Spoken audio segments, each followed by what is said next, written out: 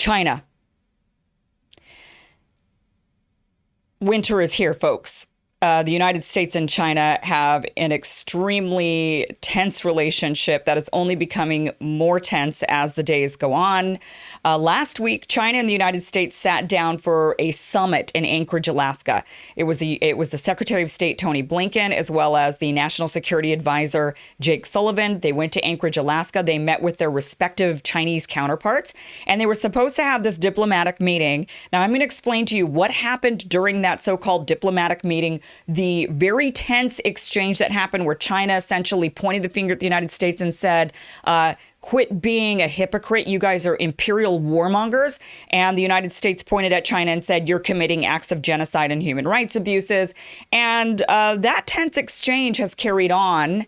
And now we're seeing some sanctions that have been issued today against China. And China has now responded with some sanctions against the United States. And things are just looking more and more drab between the two countries. So let's go ahead and break down exactly what happened. I'm going to read to you a little bit of the transcript because it's extremely telling about where we're headed and really how the world looks at the United States.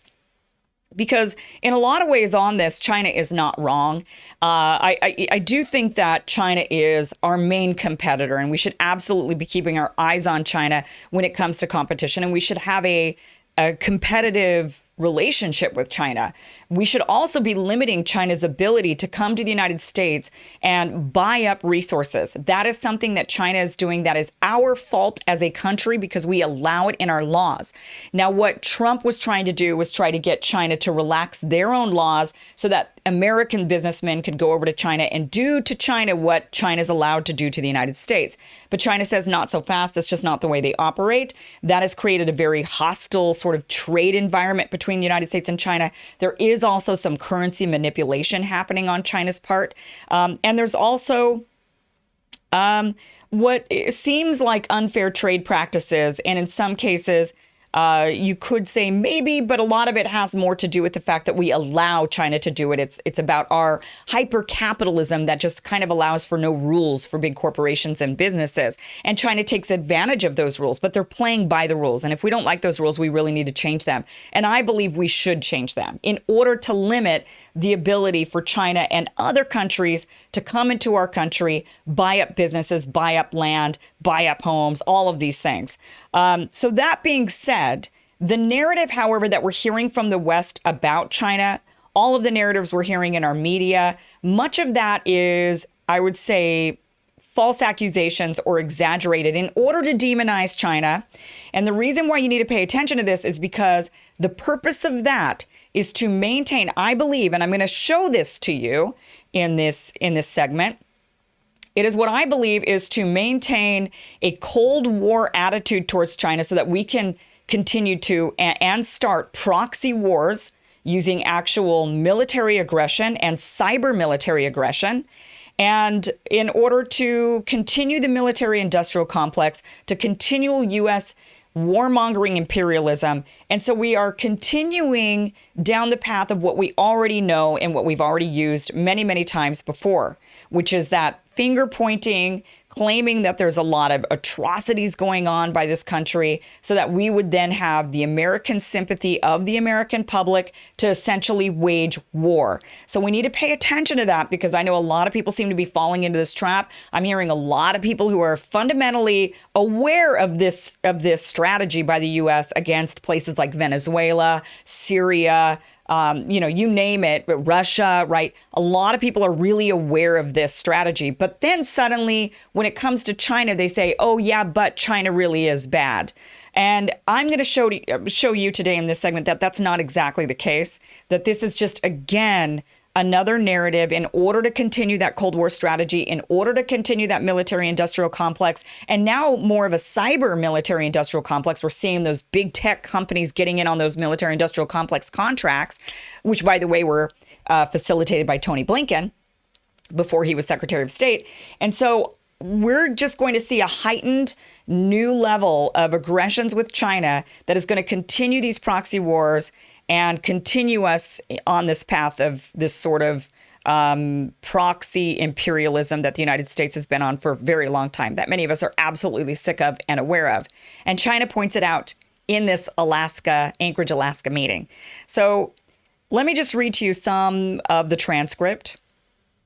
So this right here is, so the four men got together, and Tony Blinken starts off and he's talking and he's like, he says all the diplomatic stuff like, good afternoon, welcome, thanks for being here. And he was given 2 minutes to speak. Okay, so he writes up this speech for 2 minutes and he says things like, here's a little bit from it. He says, we'll discuss our deep concerns with actions by China, including in Xinjiang, Hong Kong, Taiwan, cyber attacks on the United States, and economic coercion toward our allies. Each of these actions threaten the rules-based order that maintains global stability. That's why they're not merely internal matters and why we feel an obligation to raise these issues here today. He says, I said that the United States relationship with China will be competitive where it should be, collaborative where it can be, adversarial where it must be. So here's Tony Blinken really iron fist, we will be adversarial where we must be. So he goes on and says, our discussions here in Alaska, I suspect, will run the gamut. Our intent is to be direct about our concerns, direct about our priorities with the goal of a more clear-eyed relationship between our countries moving forward.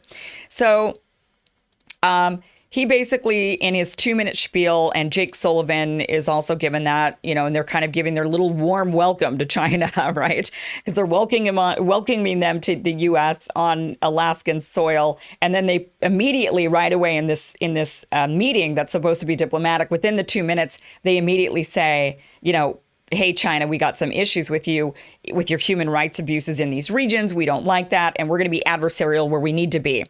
So Jake Sullivan kind of says something very similar, and then China gets their chance to respond. And China was supposed to take 2 minutes. But what happened was when China arrived in Alaska, the day before they showed up to this diplomatic meeting, the United States issued fresh sanctions on China concerning the Hong Kong, I believe, is what they were issuing the sanctions on. So China thought, well, that's odd. On our first meeting, the day before our first meeting with the new administration, you guys issue sanctions on us about Hong Kong. So they already knew this wasn't going to be a warm welcome. This wasn't going to be a meeting where they were going to try to have repair the relationship after Donald Trump. They knew that this was going to be hostile going in. So China, rather than giving a 2-minute sort of response to Tony Blinken's 2-minute opening, they talked for 17 minutes. So well beyond the 2 minutes that they were supposed to be given. And in those 17 minutes, they said a lot because they were feeling attacked. They were feeling like, okay, you're coming at us. We know you're coming at us with these things. So you know what, U.S., let us give you a dose of your own medicine. And what China says, I think, resonates with a lot of us in the United States, okay?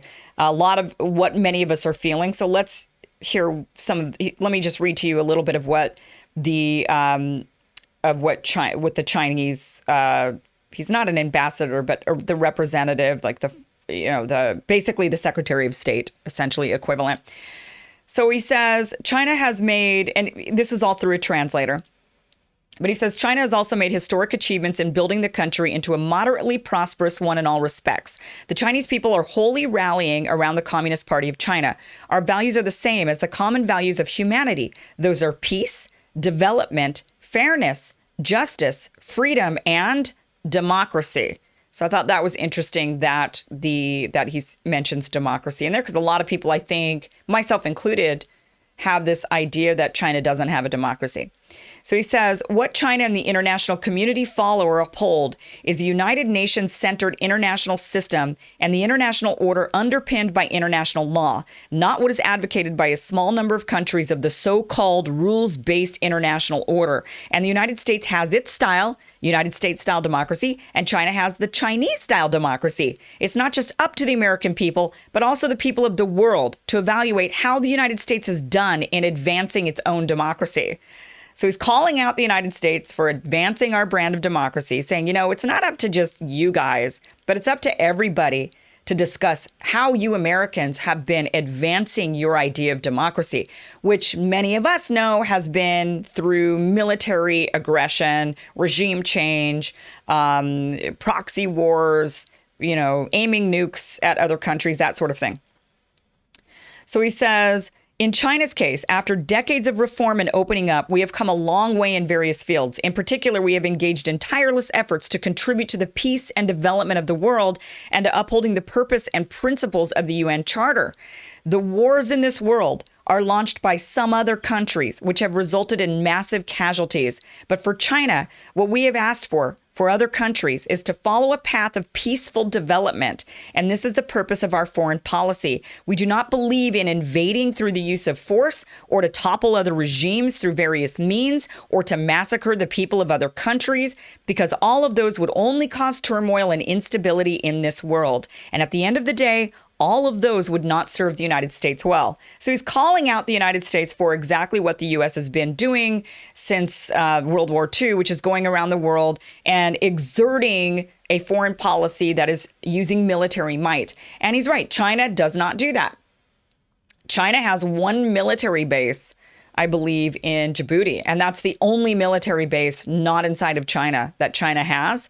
And so, there's a lot of talk about, China and they're doing all of these military aggressions in the South China Sea and whatnot.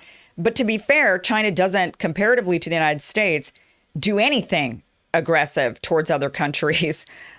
So they're right when they're pointing the finger at the United States. And he says right here, so we believe that it is important for the United States to change its own image and to stop advancing its own democracy in the rest of the world. Many people within the United States actually have little confidence in the democracy of the United States, and they have various views regarding the government of the United States.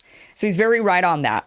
He goes on to say, China and the United States are both major countries and both shoulder important responsibilities. We must both contribute to the peace, stability, and development of the world in areas such as COVID-19, restoring economic activities in the world, and responding to climate change. There are many things that we can do together and where our interests converge. So what we need to do is abandon the Cold War mentality and the zero-sum game approach. We must change the way we think and make sure that in this century, the 21st century, countries big or small, particularly the big countries, should come united together to contribute to the future of humanity and build a community with a shared future for humankind. It is also important for all of us to come together to build a new type of international relations, ensuring fairness, justice, and mutual respect. And on some regional issues, I think the problem is that the United States has exercised long-arm jurisdiction and suppression and overstretched the national security through the use of force or financial hegemony. And this has created obstacles for normal trade activities, and the United States has also been persuading some countries to launch attacks on China. Goes on and says, on human rights, we hope that the United States will do better on human rights. So Tony Blinken, first and says to China, you guys have been doing all these human rights abuses, Xinjiang region, Taiwan, Hong Kong, and we're calling you out on it, and we're going to be adversarial about it. And so China says, you want to talk human rights abuses, do you, inside of your own country? So China's stance is what they were saying to the United States about those other sections, Tibet, Taiwan, Xinjiang, Hong Kong. They say these are internal affairs. Stay out of our business. Don't meddle in our business. And the United States, by the way, says that all the time, right? We say that to Russia. Don't meddle with our business. How dare you meddle in the United States issues? Like, you stay in your country, you've got your own problems. And yeah, we might have ours, but we're dealing with them and you better stay out of them. So China says the same thing to the United States, says stay out of our business. That's internal. It's none of your business. Get out of it. So they said to the United States on human rights, we hope that the United States will do better on human rights. China has made steady progress in human rights. And the fact is there are many problems within the United States regarding human rights, which is admitted by the U.S. itself as well. The United States has also said that countries can't rely on force in today's world to resolve the challenges we face, and it is a failure to use various means to topple the so-called authoritarian states. And the challenges facing the United States in human rights are deep-seated. They did not just emerge over the past 4 years, such as Black Lives Matter. It did not come up recently. So we do hope that for our two countries, it's important that we manage our respective affairs well instead of deflecting the blame on somebody else in this world. So the United States is, pointing the finger at China, saying you're committing all these human rights abuses. We don't like what you're doing with Hong Kong and their democracy. We don't like what you're doing in the Uyghur region, the Xinjiang region with the Uyghurs. And so we're going to point the finger at you and we're going to be adversarial with you about it. And China kind of looks at us and says, there's a lot we could be adversarial with you about, but we stay out of it. And so you guys should stay out of ours unless you want us to come around and start meddling in your affairs. So in regards to competition, the Chinese said China-U.S. trade has achieved a lot and we should do even better. The overwhelming majority of American businesses in China have said that China's business environment is good and nobody has forced them to stay in China. They see a profit coming from their presence in China. And I believe that for our two countries, under the new circumstances, we need to enhance communication, properly manage our differences, and expand our cooperation instead of engaging in confrontation. So they're calling America a bully. Says on cyber attacks, let me say that whether it's the ability to launch cyber attacks or the technologies that could be deployed, the United States is the champion in this regard. You can't blame this problem on somebody else. So it's like, oh, you want to talk cyber attacks? You guys are king. So how about you not point the finger at anybody else? Because you guys have got that. You guys are champs. You guys are the cyber attack champs. Says the United States itself does not represent international public opinion, and neither does the Western world. Whether judged by population scale or the trend of the world, the Western world does not represent the global public opinion. Now, he's right, because the vast majority of people in this world are Asian, Chinese, and Indian. They have, China alone, I think, has 5 times our population. So, and the West in general has, if we were to run the world purely on democracy, like the United States claims, right? The United States says, well, we believe in democracy. Well, if we really believed in democracy, then we would understand we are outnumbered by Asians.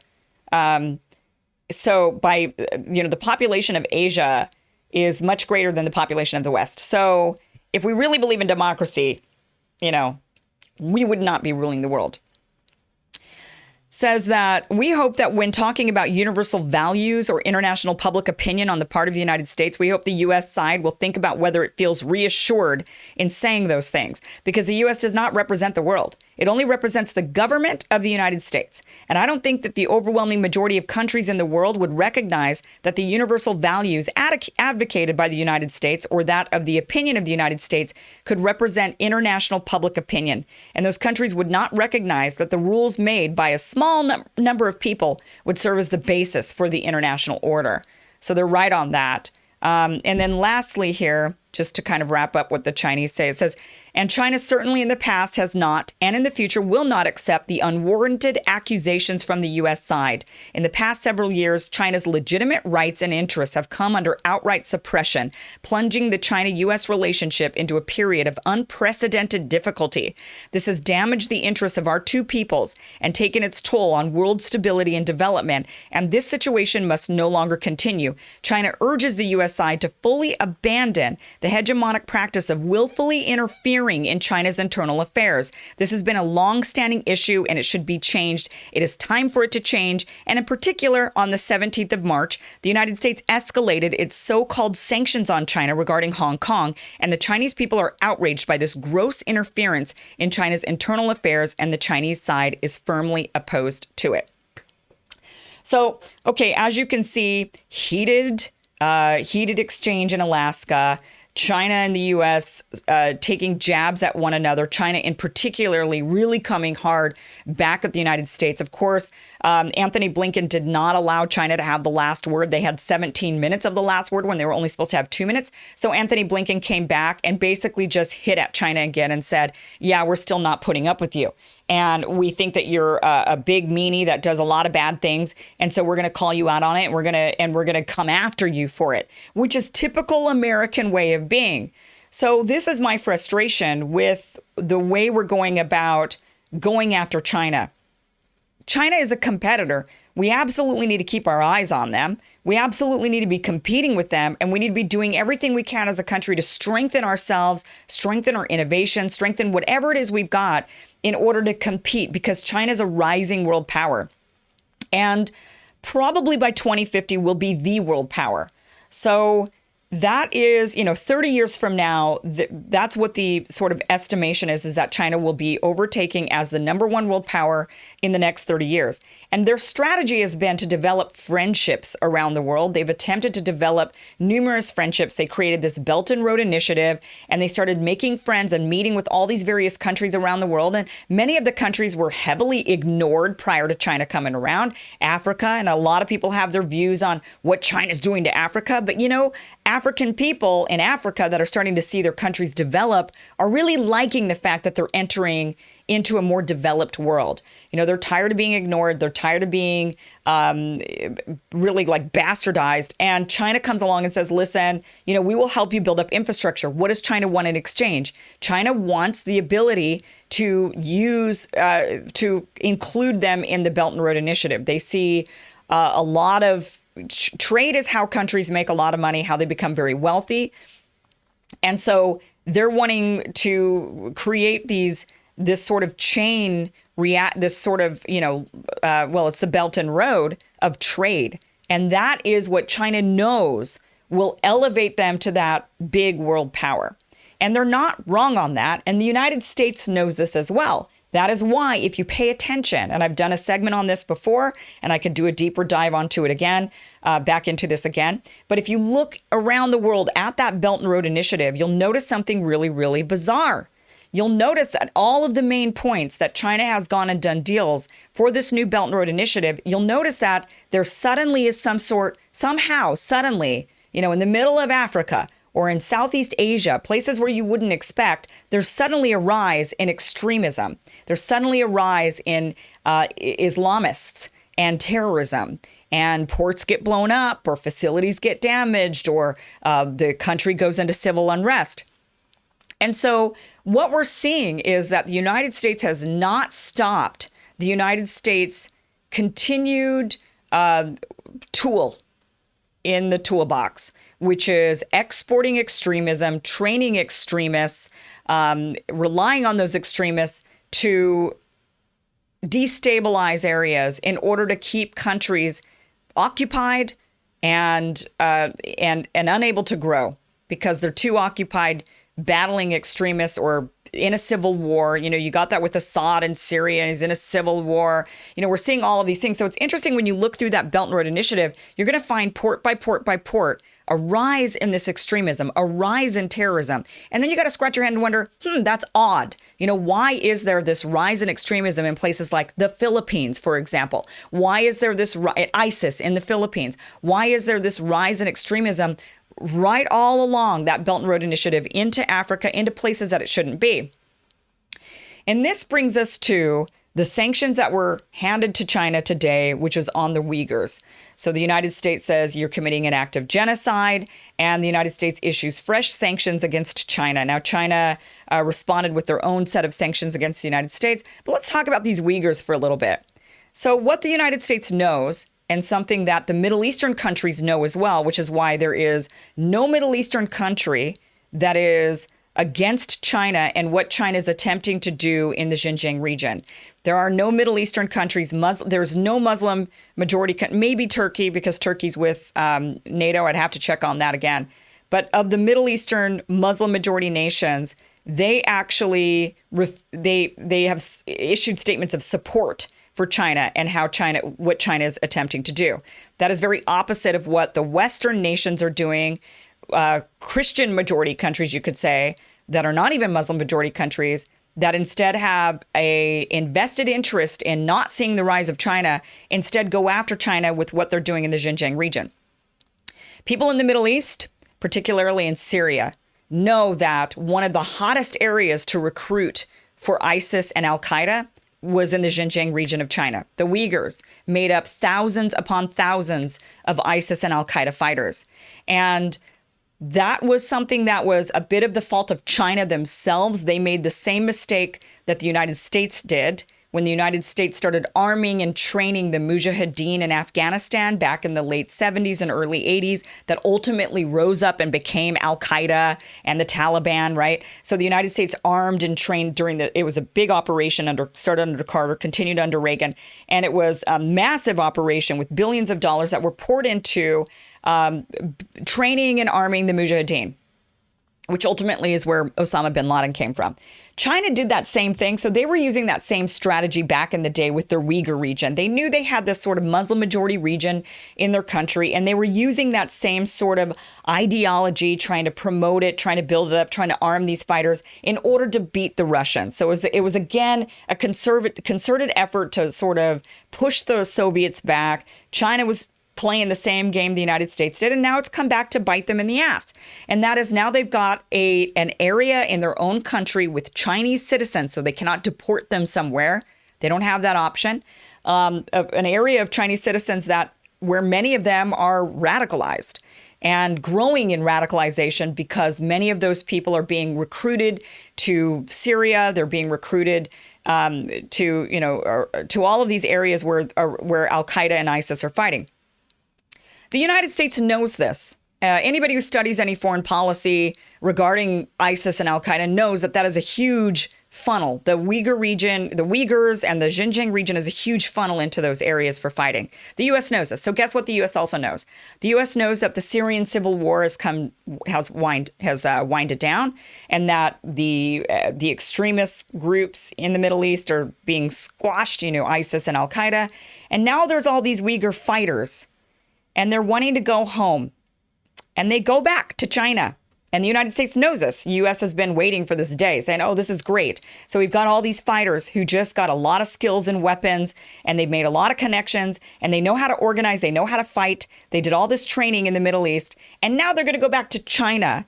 And now they've got ideas in their head that they want a separate region, that they want to break the Xinjiang region away from China, and they want to have their own nation. Now, most of the Uyghurs don't want this, but there are those that are radical, that are in this nationalist movement, and they do want this. Well, guess what? That Belt and Road Initiative, which is absolutely necessary for the rise of China to become the world power they're hoping to be within the next 30 years, has to go in and out of that Xinjiang region. It has to go in and out. So the United States is up to its old tricks again, which is essentially attempting to destabilize a region in order to keep some other for some other interest, to keep some other, an oil pipeline or a gas pipeline or the rise of, something to kind of halt growth or halt something that they don't want to have happen. And so that is what's going on. Now, that doesn't absolve China of human rights abuses. I absolutely believe that in every prison in the world, there are human rights abuses that are happening. Every prison in the world, here in the United States, we know that there are abuses in our prisons, and China could start coming after us for all of the human rights abuses in our prisons. They could say, look at your prisons. They're filled with black people. You guys are clearly committing acts of genocide against black folks, which many in the United States are saying, right? Many in the United States say we have an assault on our black population. Black Lives Matter. This is why China brings this up. And they say, you've got an ethnic minority group in your country, and you're incarcerating them essentially in mass. And then you're doing forced labor. And there's even reports of forced sterilization in your history in the United States. And we know this. And you guys are doing all of these things. Now, China doesn't say that to us. They stay out of our business. That is something that here in the United States, we deal with on an internal level, and we are attempting to reform. Prison reform, to me, is one of the biggest things. We absolutely need to do that. So, and the criminal justice system absolutely needs reform. And so we are taking that up as a country ourselves. We don't really need outside countries to sanction us or hit us in order to make that move, right? Because that would only harm us as a country even more. It doesn't really help us. It actually would just harm us. And so China's saying the same thing. They're like, look, we're dealing with an internal problem. We've got an issue. It's unlike your issue, but it's our issue, just like your issue is your issue. And we want you to stay out of ours. We're dealing with something, and you guys have your own stuff. So let's just, leave it alone, and let's just deal with things that we can work together on, trade issues and those types of things. So like I said, China's not absolved of human rights abuses that are going on in their prisons. Absolutely, I'm sure their prisons are no Disneyland. And I'm sure that there is a lot of abuses that happen in those prisons. But is it systemic genocide, what's going on in the Uyghur region? I do not believe so. I absolutely don't think that that's what's going on. I don't think that, I do know people get out of these re-education camps. My grandfather went to a re-education camp for 4 years in Vietnam, got out. So these sort of camps are somewhat normal inside of Asian countries. They don't look at prison as punishment. Sometimes they look at it as rehabilitation, as re-education. But of course, it's still prison. So, you're still shoveling rocks or whatever it is you have to do in prison. So it's not fun by any means. And human rights abuses, absolutely. But we have to understand that as a country, the Chinese, there's over 1 billion of them. They can deal with their own issues. The Chinese people are able to, if there was something really sinister and bad going on in China, they would revolt. They have shown time and time again, the Chinese people, that they are willing to do this. They're not that oppressed. They will rise up. And there's enough of them to rise up. And the government knows that. They cannot control 1.3 billion people. So that is something that really is China's business. And the United States wants to make it an American sympathy issue, right? So they know if they throw the word genocide around, it really arouses a certain emotion in Americans that makes Americans rise up and say, oh my gosh, we have to do something. We must stop this atrocity. They're banking on that. They're banking on that feeling. And they're banking on enough Western world pressure against China that they're hoping China will then have to let out all the Uyghurs. And by doing that, by letting out these previous fighters that were fighting alongside ISIS and Al-Qaeda, many of them were not, but there are others that maybe showed a lot of sympathy for the fighters, or they helped the fighters by sending them packages, or, they were somehow showing sympathy towards those fighters, or they were somehow showing that they themselves were buying into the radicalization, that that same sort of thing. That's the people that they're kind of gathering up and putting in these re-education camps. Anybody who showed sympathy or participated in or seems interested in, right? They're kind of saying anybody, and you guys go. Now, that's not the way I want this country to run. I understand that that's not, my personal brand of what I view to be a free country. But again, I don't live in China. It's not my business. It's their business, and they can deal with it. And the Chinese people, I believe, can deal with it. They're not wimpy people. So it's just the United States once again hoping that China then has to end these camps, and in which case the Uyghur region would go into absolute civil unrest. It would go into a civil war. And there would be terrorist attacks. There have been numerous terrorist attacks in that region over the last decade or 15 years, numerous stabbings and other things and explosions and whatnot in that region. And they're banking on that. They don't want China to be able to do imports and exports out of that region, and they want China occupied with a civil war. They're also hoping China's occupied with a civil unrest in Hong Kong. All of this. This is what the U.S. is good at, what the U.S. knows, what the U.S. has done numerous times over and over again.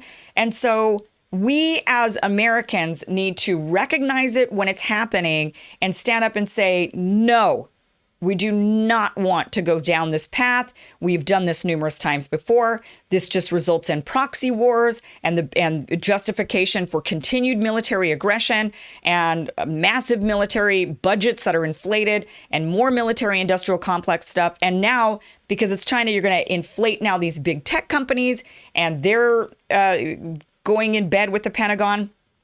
And it's just going to get worse and worse. And we as Americans need to be able to recognize this when it's happening to us. Because right now, many of you, we all know that, okay, when it's going on in Venezuela, when it's going on in Syria, when it's going on these other places, we're aware of it. But I fear what's happening is we're not so aware of it when it's happening with China, that a lot of us are still a bit blinded and still believing in the official narrative. And I'm telling you, do not believe in that official narrative. It is not accurate. It is just a ploy in order to destabilize a region, in order to keep China from growing, in order to keep the U.S. the big imperial world power. And that is what is going on with China. So we will see how this unfolds. We all know how this usually does when it comes to when we have our sights on a target like this and we demonize them in this way. We all know kind of how this unfolds, and China does as well.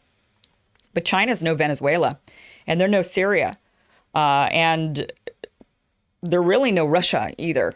You know, they are more akin to the Soviets, to the USSR, but potentially stronger. And China is smart and can learn from the mistakes of that USSR and will avoid those mistakes to ensure that they do not fall in the same way and allow the US to continue being the sole world power running the world with military might. China's very smart. So, and they play the long game. They play the long game. They don't think in 4-year cycles like we do. They think in 100-year cycles, 200-year cycles. So that is what's going on with that. All right, we're going to take a little bit of a break. Let me get a drink of water and gather my thoughts. We're going to talk now about the U.S. They're talking about the Congress is talking about D.C. statehood. We're going to talk about that as well as a potential third wave. The media is getting us ready for another potential lockdown to happen probably next month. That is coming up. I'll be right back. 2 minutes.